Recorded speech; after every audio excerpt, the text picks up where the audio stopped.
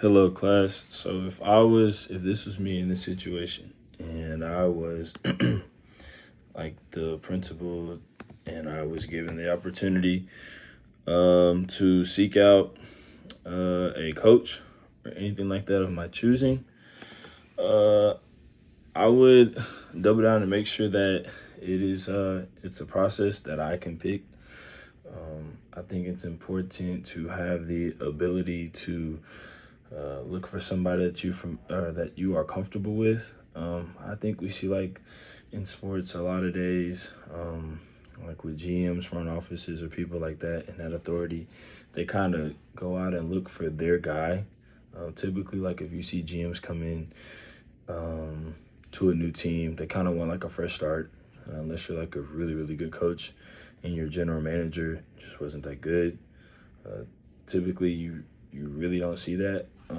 That's a rarity.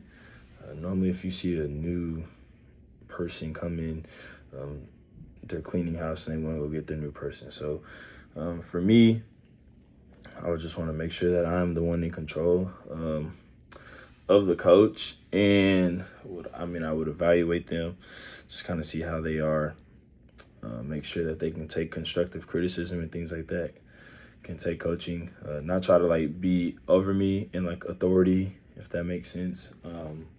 That they understand that they are below me, and I'm the one that went out and got them. And like I said, they're committed to my feedback, can gather and analyze data well, and is willing to give honest feedback. So if I'm looking for something, some sort of feedback, or if another person is, they are able to give that type of feedback without understanding that they're not hurting anybody's feelings, that they are helping them.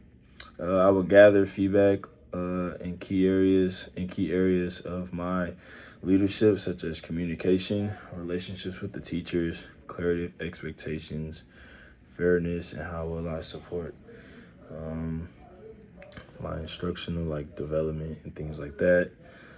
I gather input from teachers in my department or other chairs and administrators that I work with, and possibly other like coaches, just to kind of get a grasp of things, just to seek out information on like what to look for, like what to be aware of, and things like that. Because a position like this, you have to be ready for everything, and I think the more knowledge that you know prior to this, the better. So you kind of really don't get hit, with a curveball or something like that, something that you really didn't kind of expect. So I think it's always good for something like this to be informed as best as you can and be ready for anything and everything. Obviously, you can go out and seek information and seek help and things like that prior to something. That doesn't mean you're going to hit home on everything, because there's some things that some people can leave out.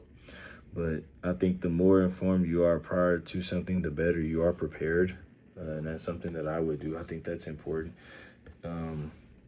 especially with the background that I've been in, with playing sports and things like that, and kind of seeing the more you are prepared ahead of time, the better you are once you get involved with things. So I think that's a big step. For data collection, I'll use like mixed tools. I would use questionnaires from my teachers, interviews by the coach or for supervisors and administrators, and then maybe myself. Like I would go in and sit on meetings, and things like that, just to kind of gather information and compare and contrast. What type of feedback that coach could have received and what I received, and kind of go about it like that, collect it, and see what steps need to be taken forward after that.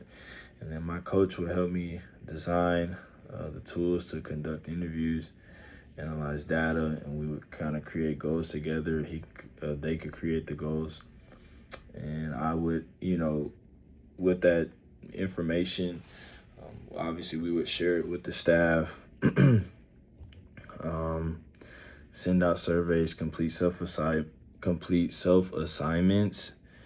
and and then also talk about how we would apply the feedback like in a practice or something like that. So if we see where we lack in a certain category, You know, that's something that we would try to emphasize in our everyday practice or everyday life or everyday work life or things like that. If we're really good at something, okay, let's continue being good at it.